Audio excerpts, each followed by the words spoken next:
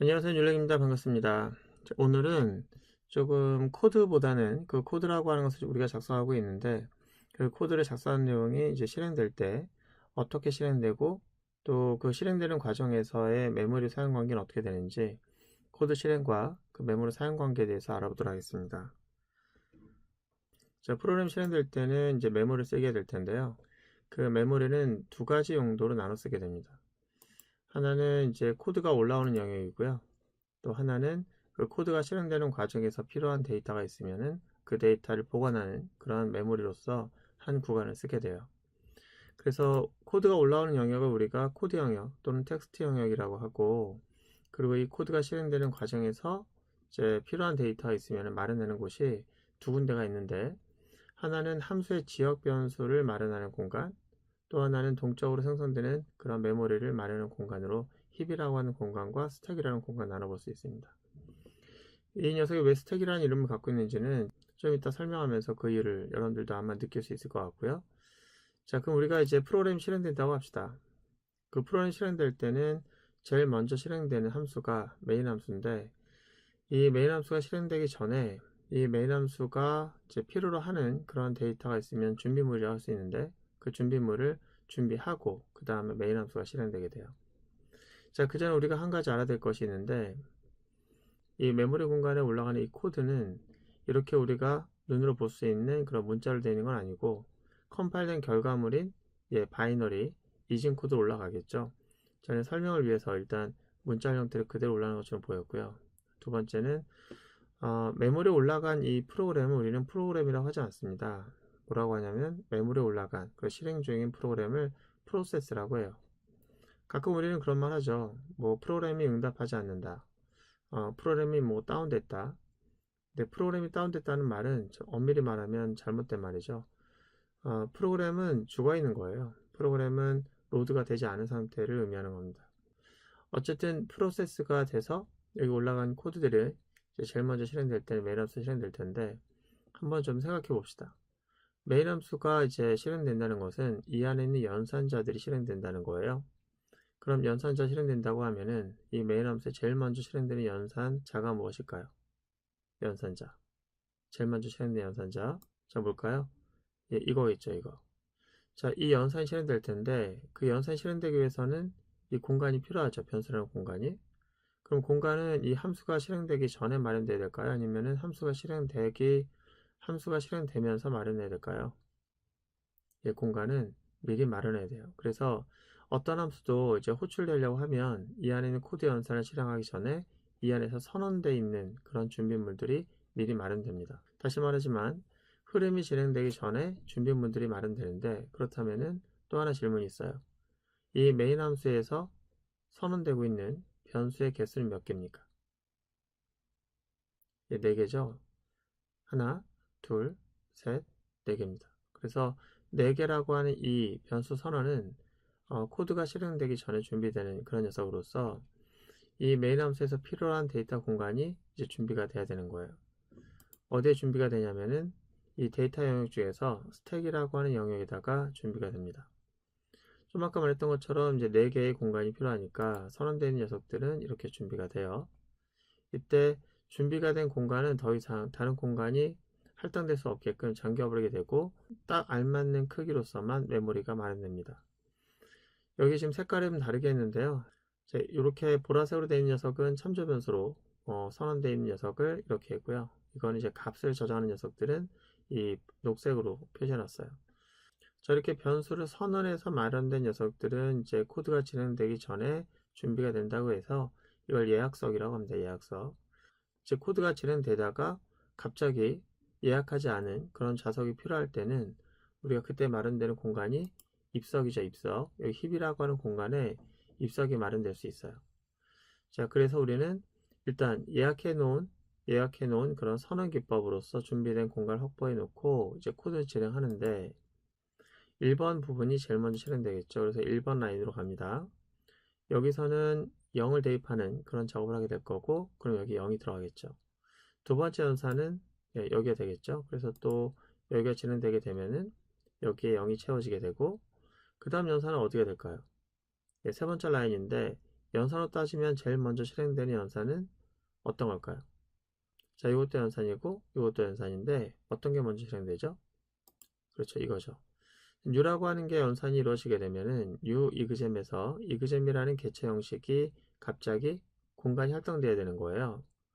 그러면은 공간이 할당되는 공간은 이 두 가지 공간 중에서 어디 할당되냐면 연산 중에 연산자에 의해서 생성되는 공간은 입석으로 들어갑니다. 그래서 요 녀석이 실행되게 되면은 요 유연산자로 인해서 여기 입석에 객체가 마련되는 거예요.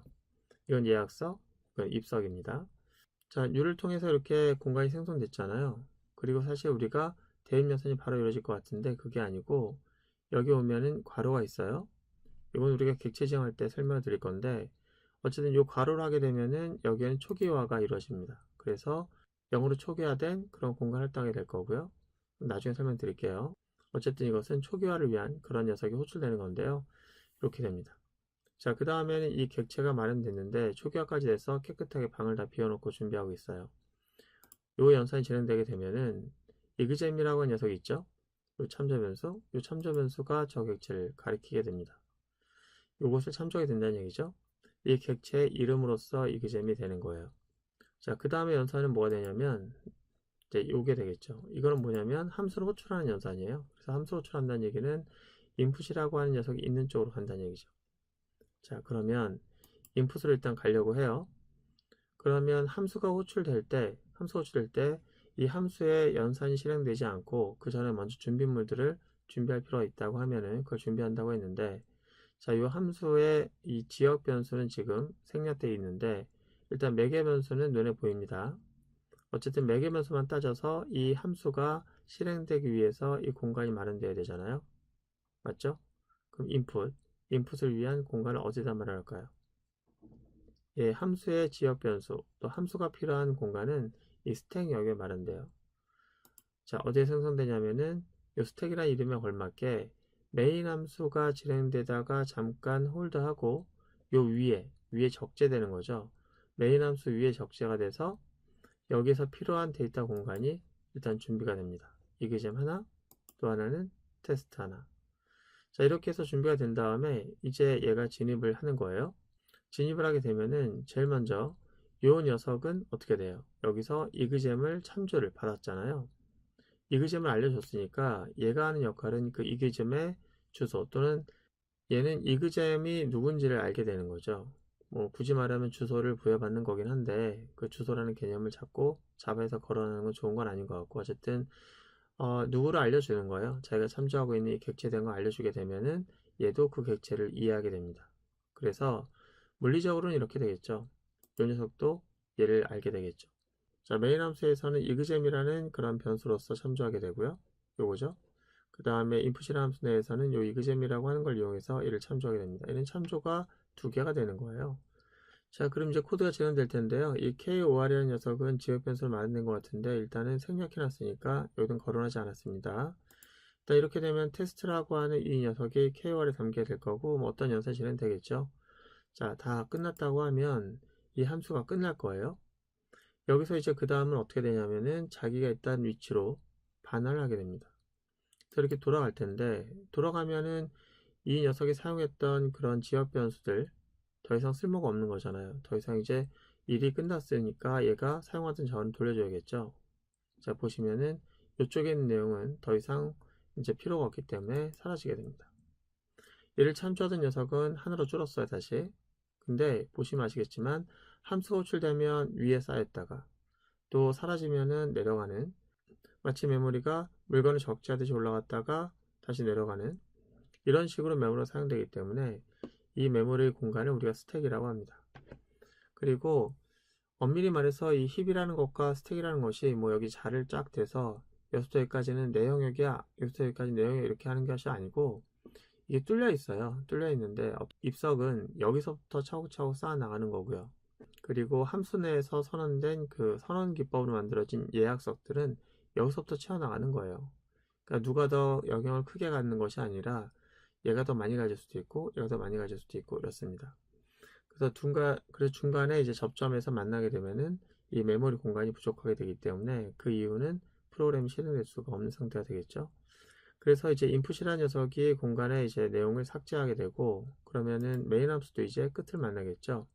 그럼 main 함수도 이제 리턴 되는 거예요, 시스템으로. 그럼 main 함수 필요 없게 되면은 main 함수 영역도 사라지게 됩니다. 이렇게 해서 프로그램이 종집을 끊게 되면은 나머지 공간도 다 같이 사라지게 되겠죠. 자, 이것이 이제 프로그램이 로드가 되었다가 그 과정에서, 흐름 과정에서 메모리 공간을 어떻게 사용하는지 그런 내용을 좀 보여주고 있었습니다. 자, 그리고 참고로 여기 힙이라고 하는 공간은 이 스택 영역이 사라져도 힙에 있는 공간은 남아 있잖아요. 그렇죠. 얘는 참조가 사라져도 얘는 남아있는 그런 특징이 있기 때문에 이 녀석은 잘못하다가는 메모리만 잡아먹는 녀석이 될 수 있어요. 그래서 자바 같은 경우에는 런타임 환경에 의해서 참조되지 않는 객체가 힙에 있다면은 주기적으로 얘를 찾아서 지워주는 일이 발생하기 때문에 이렇게 가비지로서 남겨지는 게 많은데 소거가 되지 않으면 메모리가 계속 사용되는 거잖아요. 그래서 그걸 우리가 메모리 누스라고 했었고, 과거에는 그런 문제가 굉장히 컸었죠. 네, 자바 같은 실행을 갖고 있는 환경에서는 그런 걱정은 하지 않아도 되겠다. 자, 오늘 고생 많으셨고요. 다음 시간부터 본격적으로 객체 지향에 대한 필요성을 좀 서막을 열도록 하겠습니다. 오늘 고생 많으셨고요. 다음 시간에 뵙도록 하겠습니다.